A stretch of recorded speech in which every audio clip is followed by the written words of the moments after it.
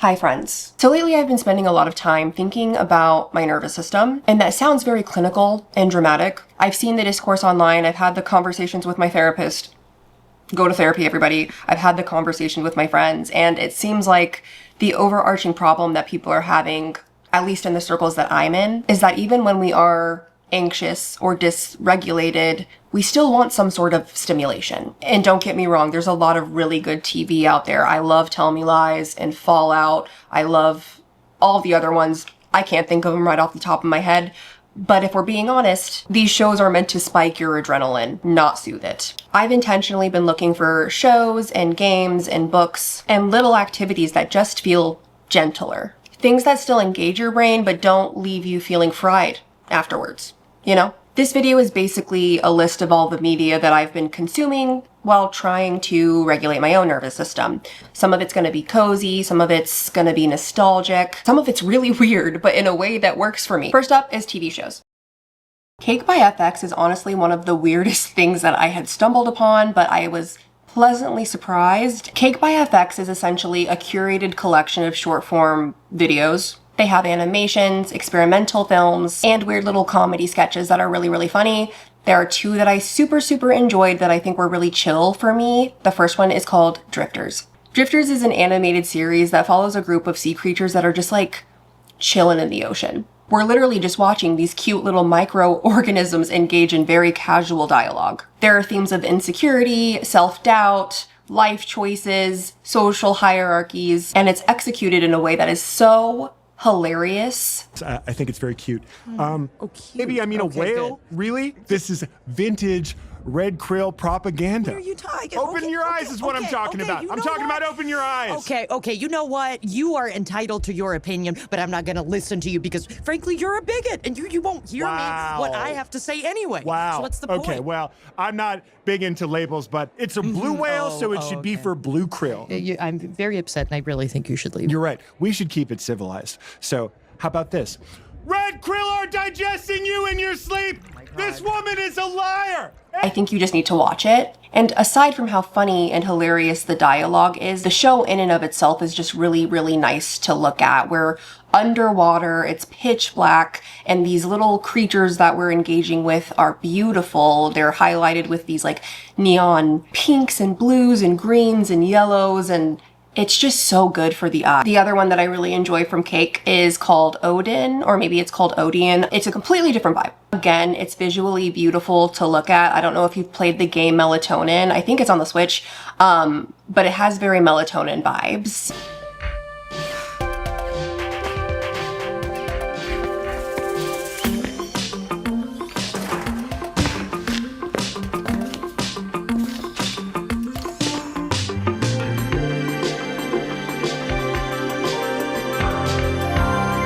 Some of the episodes can definitely feel a little bit eerie, but overall I think the show it's more reflective than it is stressful. It's one of those shows where you can watch an episode and then immediately deep dive into like what the meaning of it was, or alternatively, especially for your nervous system, you could just be like, oh, that was cool.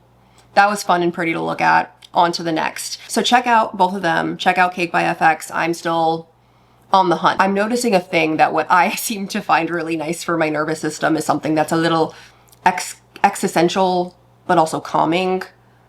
And another example of that would be the Midnight Gospel.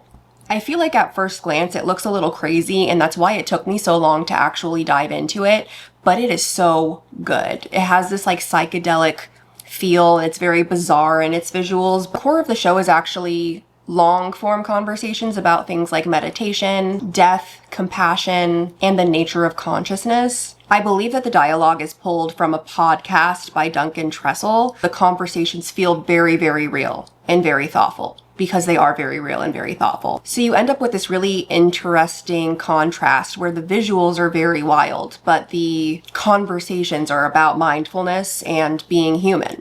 Then there's A Different World, which I think you can also find on Netflix. This is straight up comfort TV.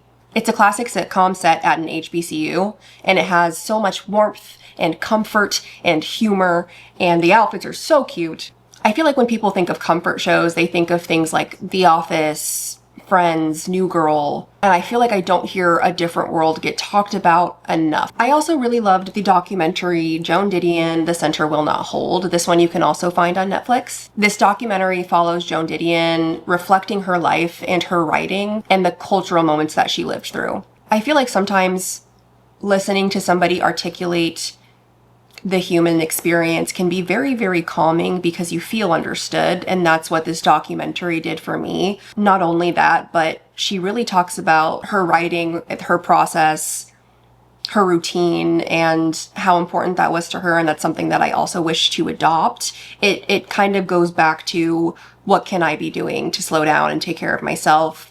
And this documentary made me think. Joan Didion had me in my noggin a little bit with that one. I would also just recommend this in general if you like literature and social commentary. Next is Samuel on Netflix. This is probably one of my favorites. Samuel is this really cool French animated television show that follows this 10-year-old boy as he navigates crushes and friendships and becoming a human being that is being perceived. The entire thing is told through his diary entries, so we get a really raw look at what this 10-year-old boy is going through, and it's just so heartwarming, endearing, and hilarious. I especially liked the black and white sketch style, especially in instances where there were dance scenes. I've played all my cards, and that's what you've done too. Nothing more to say, no more race to play.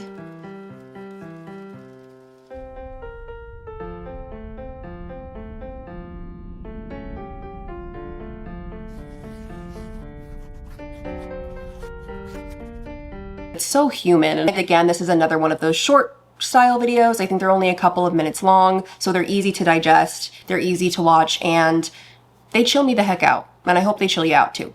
Next is Solo Camping for Two. If you guys like anime, I could give you so many that would fix your nervous system right now, I promise. But for now, let's just talk about Solo Camping for Two. It's cozy camping content with beautiful nature visuals and a very, very peaceful, slow pace. And you're watching this one very introverted, grumpy character kind of learn how to come out of his shell, while this other person she's basically trying to find herself and figure out what she wants to do with her future. And through solo camping together, they start to figure it out. And it's so cute and it's so wholesome. And I think it's the visuals especially that pulled me in, because it kind of reminds me of like a Studio Ghibli ambiance video that you would put on in the background. The show also includes literal camping advice, which I liked.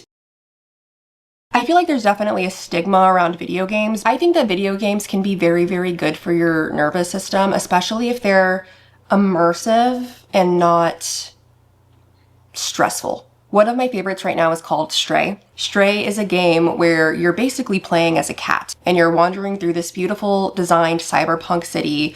And there is something so comforting about exploring a world from this little tiny cat perspective. You're solving little puzzles and you're interacting with cute little robots, and even the little bad guy monster things are kind of adorable. Even if you didn't want to follow the main storyline, there's so much to explore and there's so much to do. I would check it out. Another one that I'm really loving right now is called Dream Daddy. Now hear me out. Dream Daddy is made from the same people that made Date Everything. So if you like Date Everything and you're about to judge me for liking Dream Daddy, then you are a hypocrite. Don't knock it before you try it. Dream Daddy is, again, exactly what it sounds like. It is a dating sim where you are a dad and you are dating other dads.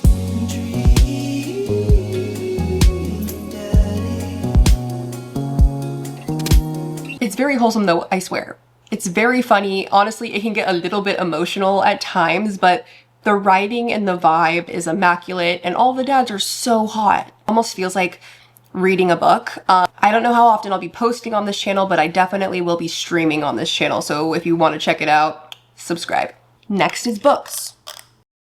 One of the biggest pieces of advice I've been given is to revisit old favorites. Your brain already knows the story, your brain already knows the character, so there's never a point where you're in suspense. And it feels very similar to just like watching a nostalgic TV show that you've seen over and over and over again. One of the books that I've been rereading is called From Blood and Ash. It is a fantasy series that follows our main character, Poppy, who's lived a very, very sheltered life because she's been chosen as what's called the Maiden. After her bodyguard is killed, I won't tell you why. A new one comes in. His name's Hawk. His name's Hawk, and he's the best thing that's ever happened to me. As the story unfolds, she realizes that everything that she was raised to believe wasn't actually true. There's romance, there's political intrigue, there's magic, a lot of spice. That's my bread and butter. I love Poppy, I love Hawk, I love being able to revisit their story from the very beginning because it takes such a crazy turn. What a journey we go on with these characters. Another one that I've been revisiting is The Song of Achilles by Madeline Miller.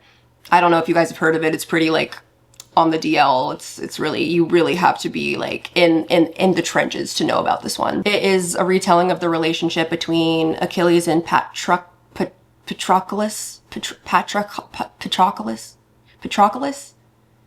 Dude, I listened to the audiobook. Why can't I say his name?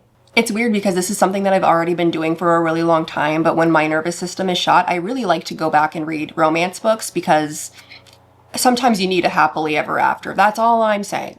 Talia Hibbert, Tessa Bailey, and Sarah Adams are the people that I really like to reread. I've fallen in love with a lot of the characters that they've written, so it's always a really good time to like revisit all my old book boyfriends. Obviously, everybody's nervous system is a little bit different, so what feels calming to me may not be calming to you. I think the big takeaway here is just to be more mindful and more intentional about the media that we're consuming, because I think you can have the best of both worlds. And if you're also on a nervous system healing journey, girl, I'm right there with you. You are not alone.